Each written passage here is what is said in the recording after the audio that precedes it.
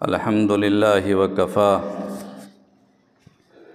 والصلاة والسلام علی سیدنا ونبینا ومولانا محمد المصطفیٰ، اما بعد۔ اعوذ باللہ من الشیطان الرجیم، بسم اللہ الرحمن الرحیم۔ واعتصموا بحبل اللہ جمیعا ولا تفرقوا واذکروا نعمت اللہ علیکم اذ کنتم اعداء فألف بین قلوبکم فاصبحتم بنعمتہ اخوانا، صدق اللہ العظیم۔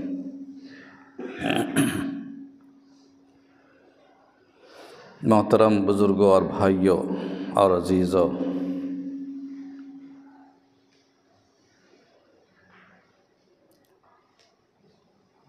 آج مسلمان اس ملک میں یا دنیا کے ہر ملک میں بہت کمزور ہیں، اور اس کمزوری کی وجہ دین سے دوری تو ہے ہی، وہ تو معنوی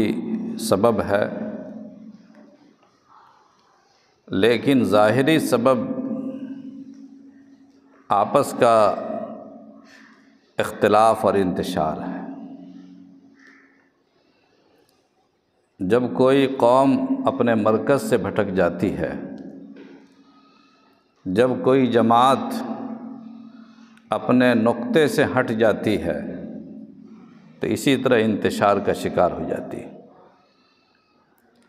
پہلے زمانے میں گیہوں فصلوں کو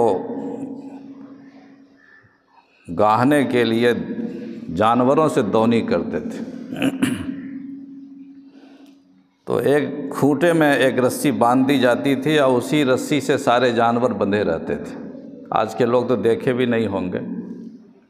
لیکن پرانے لوگوں نے دیکھا ہے کہ کس طرح سے فصلوں کو دونی کیا جاتا تھا۔ تو اگر جانور اس رسی سے بندھا ہوا ہو تو کہیں بھاگ نہیں سکتا، لیکن اگر رسی کھوٹے سے ہٹ جائے یا جانور رسی سے ہٹ جائے تو پھر ہر جانور اپنا اپنا منہ الگ الگ کر کے بھاگ جائے گا۔ جس جماعت کا کوئی نقطہ نہ ہو، جس جماعت کی کوئی فکر نہ ہو، جس جماعت کا کوئی امام نہ ہو، وہ جماعت اسی طرح اندھیریوں میں بھٹک جاتی ہے، نشیب و فراز میں گم ہو جاتی ہے، وادی ظلمات میں اس کا نام و نشان مٹ جاتا ہے۔ اسی لیے اللہ کے نبی صلی اللہ علیہ وسلم نے بھی اپنی امت کو ہمیشہ جوڑ کر رکھنے کی کوشش کی، اور قرآن کریم نے جگہ بہ جگہ تاکید کی کہ جڑ کے رہو، سواد اعظم کی پیروی کرو، اتبعوا السواد الاعظم، اپنی طاقت کو بناؤ اور اپنی قوت کے اندر اتحاد پیدا کرو، ارتکاز پیدا کرو۔ اگر تم نے اپنی قوت کو منتشر ہونے دیا اور تم نے اپنی طاقت کو ایک نقطے پر جمع نہیں کیا تو دنیا میں تمہاری تعداد لاکھوں اور کروڑوں ہوگی مگر تمہارا کوئی وزن نہیں ہوگا۔ تو آج ہندوستان میں سکھوں کی آبادی 2% ہے، پورے ملک کی آبادی کے حساب سے 2% آبادی ہے ان کی، اور مسلمانوں کی آبادی 30% کے قریب ہے، لیکن ان کا جو اپنا ایک وزن ہے، ان کا اپنا اقتدار ہے، وہ جو چاہتے ہیں حکومتوں سے منواتے ہیں۔ 1984 میں ان کا جو فساد ہوا اور ان میں بہت سارے لوگ مارے گئے پنجاب میں، حکومت نے گھٹنا ٹیک دیا ان کے سامنے، انہوں نے اپنی متحدہ طاقت سے مطالبہ کیا اور آخر حکومت کو ان تمام ظالموں کو سزا دلوانی پڑی اور ہر مرے ہوئے انسان یعنی ہر مقتول کے بدلے میں کم سے کم 10 لاکھ روپے کا معاوضہ حکومت نے ادا کیا۔ اور یہاں مسلمانوں کے خلاف اتنے فسادات ہر ملک میں، ہر صوبے میں ہو چکے اور ہو رہے ہیں۔ تحقیقاتی کمیشن بیٹھتا ہے، کمیٹیاں قائم ہوتی ہیں، رپورٹ آتی ہے، ظالموں کی تصویر سامنے آتی ہے، مگر کوئی کارروائی نہیں ہوتی، چونکہ ہماری طاقت نہیں ہے، ہماری طاقت کا توازن ختم ہو چکا ہے۔ آپس میں جڑ کے رہنے سے طاقت بنتی، اور یہ جڑنا شروع ہوتا ہے اپنے گھر سے۔ جو انسان اپنے گھر میں جڑتا ہے وہ اپنے محلے میں جڑتا ہے، اور جو محلے میں جڑتا ہے وہ اپنے گاؤں سے جڑ کے رہتا ہے، جو اپنے گاؤں میں جڑتا ہے وہ اپنے ضلع میں جڑتا ہے، اور پھر وہ ساری دنیا میں جڑ کے رہتا ہے۔ اور جس کو الگ ہونے کی عادت ہوتی ہے وہ اپنے گھر میں بھی اپنی فکر سے الگ رہتا ہے، اور اپنے پھر محلے میں الگ ہوتا چلا جاتا ہے، یہاں تک کہ اس کا وجود مٹ جاتا ہے۔ حضور اکرم علیہ الصلاۃ والسلام نے مثال دے کر سمجھایا کہ جب تم وہ جو عربوں کی جو جماعت تھی، وہ تو آپ جانتے ہیں، وہ بیچارے جس جماعت میں مدینہ کے لوگ بکریاں چرانے والے یا مکہ کے لوگ بکریاں چرانے والے، ان کو اسی مثال سے سمجھایا جو وہ چراتے تھے، جو ان کا پیشہ تھا۔ کہا کہ بکریوں کو تم لے جاتے ہو پہاڑیوں میں تو ساری بکریوں کو ایک ساتھ لے جانے کی کوشش کرتے ہو، سارے دمبے سارے جانور ایک ساتھ جاتے ہیں، اگر اس میں سے کوئی ایک جانور بدک کر کے نکل جائے کہیں سے کہیں، وہ واپس محفوظ نہیں آتا، بھیڑیے کا شکار ہو جاتا ہے۔ اسی طریقے سے فرمایا کہ جو مسلمان اپنی جماعت سے الگ ہو جاتا ہے، اپنے اتحاد سے الگ ہو جاتا ہے، اس کا بھی کوئی ٹھکانہ نہیں، وہ گمراہ ہو جاتا ہے، وہ شیطان کا شکار ہو جاتا ہے۔ جماعت کے ساتھ جڑ کے رہنا یہ سب سے بڑی نعمت ہے۔ قرآن کریم نے اسی لیے تاکید کی کہ وَاعْتَصِمُوا بِحَبْلِ اللَّهِ جَمِيعًا وَلَا تَفَرَّقُوا،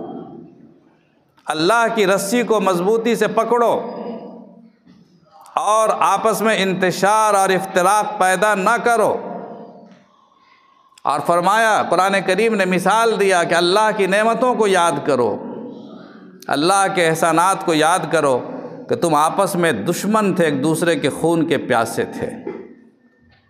ہر قبیلہ دوسرے قبیلے کا خون کا پیاسا تھا۔ پرانے انتقامات، 50 سال کی جو جنگیں تھیں تمہاری، یہ میرے باپ کا قاتل، یہ میرے دادا کا قاتل، یہ میرے شوہر کا قاتل۔ اگر حرم پاک میں بھی موقع ملتا تھا، راستہ پیرے موقع ملتا تھا، انسان اپنے باپ کے، اپنے دادا کے قاتلوں کے خون کا بدلہ لینے کی کوشش کرتا تھا۔ قرآن کریم کہتا ہے کہ تمہاری کیفیت یہی تھی، اور مکہ ہی نہیں، مدینہ کا بھی وہی حال تھا۔ اوس اور خزرج جو قبائل تھے، 50 سال سے جنگیں چل رہی تھی، کتنے خون بہہ چکے تھے۔ اذ کنتم اعداء، تم آپس میں دشمن تھے، فالف بین قلوبکم، اللہ نے ایک نقطہ تمہیں عطا فرمایا، ایک مرکز عطا فرمایا، اور ایمان کی نعمت سے تم کو سرفراز کیا۔ فالف بین قلوبکم، تمہارے دلوں میں محبت پیدا کر دی، تم جڑ گئے، اور پھر جڑنے کے بعد فالف بین قلوبکم فاصبحتم بنعمتہ اخوانا، سب بھائی بھائی بن گئے۔ ایمانی اخوت اور ایمانی مساوات اور انسانیت کی ہمدردی، یہ جو ماحول پیدا ہوا مکہ معظمہ میں یا مدینہ منورہ کے اندر یا اسلامی ریاست میں یا سرکار دو عالم صلی اللہ علیہ وسلم کے زمانے میں، وہ اسی تالیف بین القلوب کا نتیجہ تھا، اس ایمان کی مرکزیت کا نتیجہ تھا، اعتصام بحبل اللہ کا فیض تھا، اور اللہ کے رسول صلی اللہ علیہ وسلم کی مسلسل تاکیدات کی دین تھی کہ آپ نے فرمایا کہ تفرق مت اختیار کرو، ایک دوسرے کی کمیوں کے پیچھے نہ پڑو۔ اگر آپ کمی نکالنے پر آویں گے تو کبھی آپس میں اتحاد اور محبت پیدا نہیں ہوگی۔ ایک دوسرے کی غلطیوں کو نظر انداز کرو، ایک دوسرے کی کمزوریوں کا پیچھا نہ کرو۔ اسی لیے فرمایا کسی کے پیٹھ پیچھے غیبت بھی نہ کرو، اس کی برائی یا کمزوری بیان نہ کرو، کہ جب وہ اس کو پہنچے گی تو تم سے بدگمانی پیدا ہوگی۔ لا تجسسوا، کسی کی جاسوسی نہ کرو، ولا یغتب بعضکم بعضا، کوئی کسی کی غیبت نہ کرے۔ اور فرمایا کہ اپنے مومن بھائی کا گوشت نہ کھاؤ، یہ کیوں؟ تاکہ آپس میں اختلافات پیدا نہ ہو۔ آپس میں بدگمانیاں پیدا نہ ہو۔ ان بعد الظن اسم، بہت سے گناہ جو ہے، بہت سے گمان گناہ بنتے ہیں۔ اسلام میں اس کی بڑی اہمیت ہے دوستو۔ چھوٹی چھوٹی چیزوں کے پیچھے اگر ہم اپنے اس اتحاد کو پارا پارا کرتے رہیں گے، یہ امت کبھی متحد نہیں ہوگی، کبھی متحد نہیں ہوگی۔ اس کی ایک حدیث مجھے ایک یاد آ رہی، حضرت ابو ذر غفاری رضی اللہ تعالیٰ عنہ کی روایت ہے،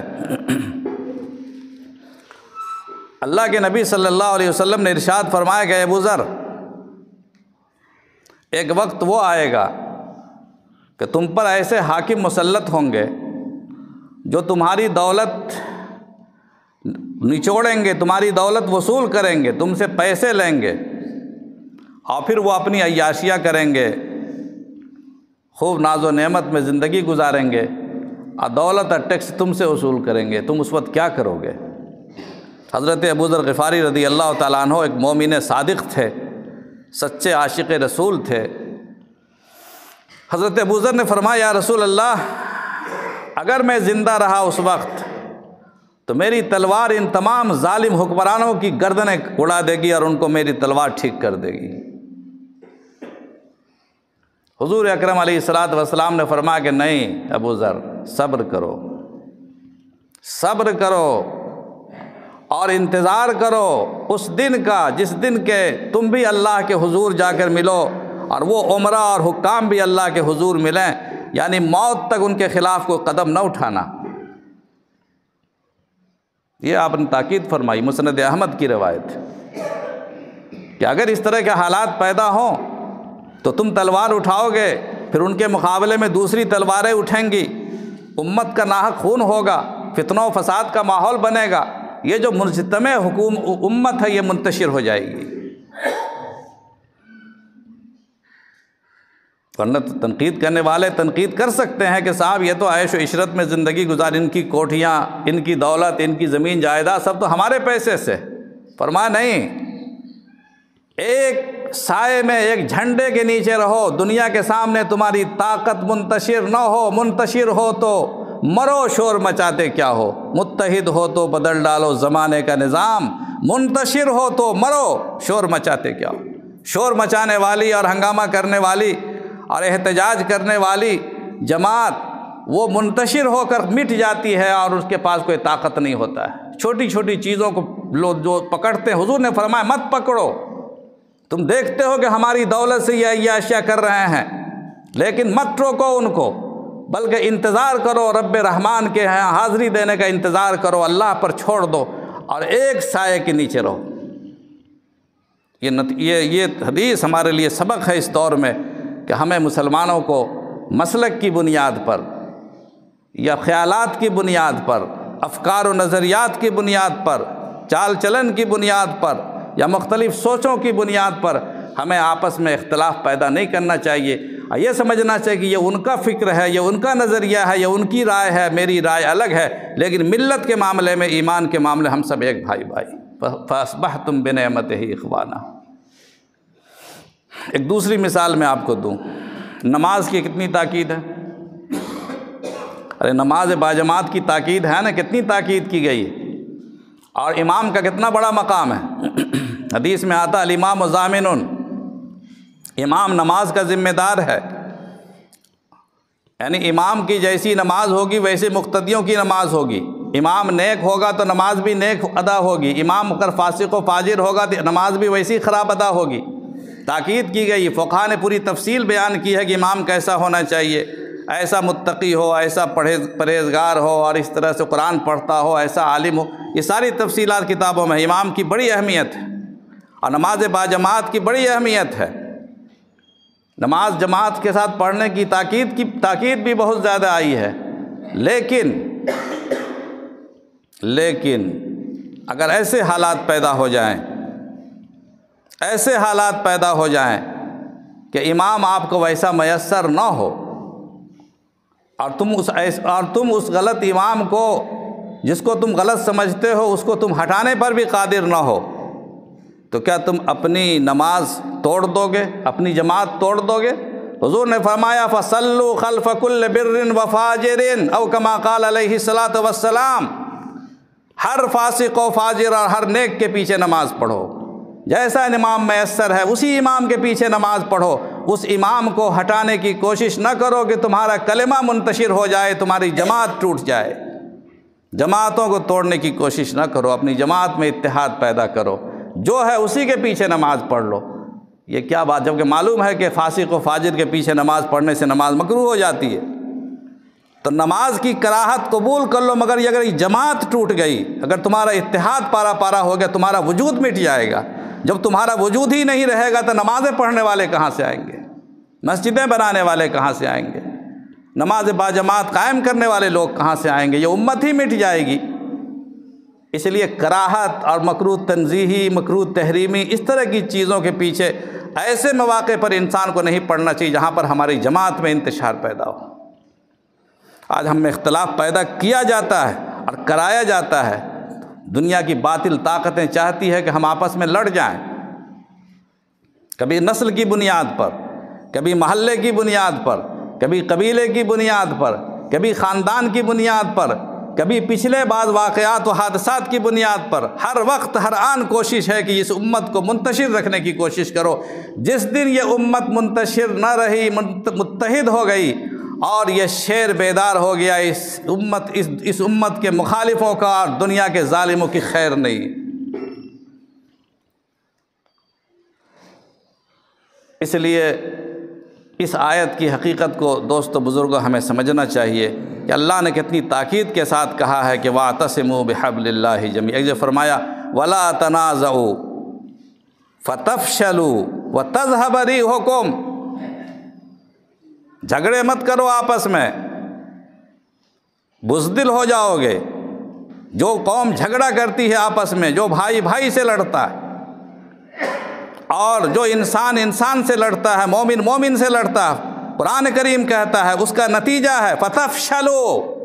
تم کبھی ٹک نہیں سکو گے کسی میدان میں، بزدل بن جاؤ گے، تمہاری ہمت ٹوٹ جائے گی، تمہاری کمر ٹوٹ جائے گی، تم کبھی مقابلہ نہ کر سکو گے، وَتَذْهَبَ رِيحُكُمْ، تمہاری ہوا اکھڑ جائے گی۔ دنیا میں ساری جنگ ہوا کی طاقت سے لڑی جاتی ہے، آپ کی ساکھ بنی ہوئی ہے، آپ کی ہوا قائم ہے، دنیا ڈر سے آپ کے مقابلے میں نہیں آئے گی۔ حضرت عمر بن خطاب رضی اللہ تعالیٰ عنہ کے بارے میں آتا ہے، حالانکہ بہت متواضع آدمی تھے، لیکن وہ دوستوں کے ساتھ چلتے تھے، صحابہ کے ساتھ چلتے تھے، اپنے ساتھیوں کے ساتھ چلتے تھے، اور کبھی ایک نظر پیچھے ڈال لیتے تھے یوں ہی کہ کون کون لوگ آ رہے ہیں، تو روایتوں میں آتا ہے کہ بعض لوگ گھٹنے کے بل جھک جاتے تھے نیچے ان کے روب سے۔ ایک ساکھ تھی ان کی قائم کہ عمر کی تلوار جو ہے کبھی ٹوٹتی نہیں ہے، کبھی جھکتی نہیں ہے۔ تو فَتَذْهَبَ رِيحُكُمْ، تمہاری ہوا اکھڑ جائے گی۔ اپنی ہوا کو دوستو قائم رکھو اور اپنے اندر اتحاد و اتفاق کی نعمت کو کبھی بھی پارا پارا نہ ہونے دیں۔ ہو سکتا ہے آپ کا خیال الگ ہو، آپ کی سوچ الگ ہو، آپ کو بہت نقصان پہنچا ہو، لیکن حضور اکرم علیہ الصلاۃ والسلام نے، نبی آخر الزمان نے ہمارے اور آپ کے مرشد اور پیغمبر آقا اور مولا نے کیا سبق دیا تھا مکہ میں، کہ سارے قاتل وہ لوگ، مکہ کے وہ دشمن لوگ جنہوں نے حضور کو گھر سے نکال دیا تھا، گاؤں سے نکال دیا تھا، آپ کے آبا اجداد کو، آپ کے خاندان کو، مسلمانوں کو شہید کیا تھا، آپ نے کیا فرما دیا تھا کہ لا تثریب علیکم اليوم، آج کوئی پکڑ نہیں ہے، انتم الطلقاء، سب کو معاف کیا، اپنے چچا کے قاتلوں کو معاف کیا، اپنے خاندان کے قاتلوں کو معاف کیا۔ جب آپ نے معاف کیا تو صحابہ بھی کھڑے ہو گئے، سب نے کہا ہم نے بھی معاف کیا۔ فتح مکہ ہوئی، ایک خون بھی نہیں بہا، ایک قطرہ خون بھی نہیں بہا۔ تو اس لیے اس اسوے کو ہمیں اختیار کرنا ہے۔ منفعت ایک ہے اس قوم کی، نقصان بھی ایک، منفعت ایک ہے اس قوم کی، نقصان بھی ایک، ایک ہی سب کا نبی، دین بھی، ایمان بھی ایک، حرم پاک بھی، اللہ بھی، قرآن بھی ایک، کیا بڑی بات تھی ہوتے جو مسلمان بھی ایک۔ لیکن ایسا نہیں ہے، فرقہ بندی ہے کہیں اور کہیں ذاتیں ہیں، فرقہ بندی ہیں کہیں اور کہیں ذاتیں ہیں، کیا زمانے میں پنپنے کی یہی باتیں ہیں؟ اللہ تعالی ہمیں کہنے سے زیادہ اور سننے سے زیادہ عمل کی توفیق نصیب فرمائے۔ وآخر دعوانا ان الحمد للہ رب العالمین۔ سنتیں پڑھ رہے ہیں۔